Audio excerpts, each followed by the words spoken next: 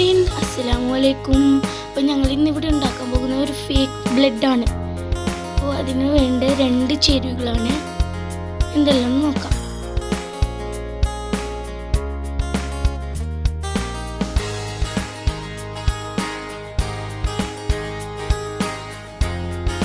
അതിനെടുത്തിട്ടുള്ള ഞാനിപ്പോൾ മഞ്ഞൾപ്പൊടിയും സർപ്പ് പൊടിയാണ്.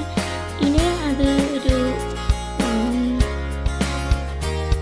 ബൗളിലിട്ടിട്ട് മഞ്ഞൾപ്പൊടിയും പിന്നെ സർപ്പ് പൊടിയും ഒന്ന് മിക്സ് ചെയ്തെടുക്കണം.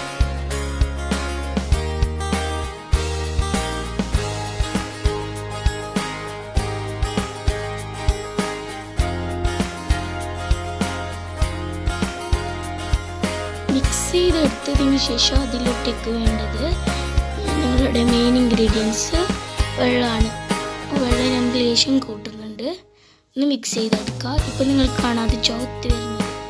കുറച്ച് സമയം വെയിറ്റ് ചെയ്യാം കേട്ടോ.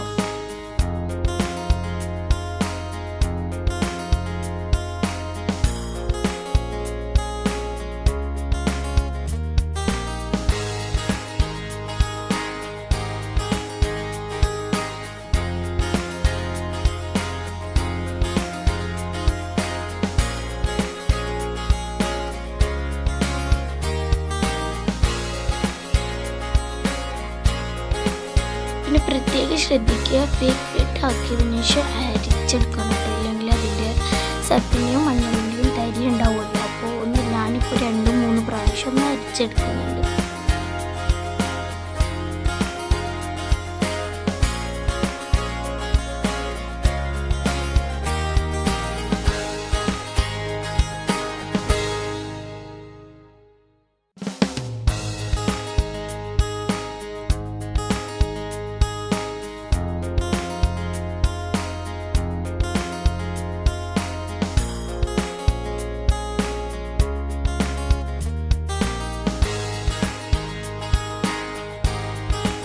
അപ്പോൾ ഗൈസ്, ഞങ്ങളുടെ ഫേക്ക് ബ്ലഡ് റെഡി ആയിട്ടുണ്ട്.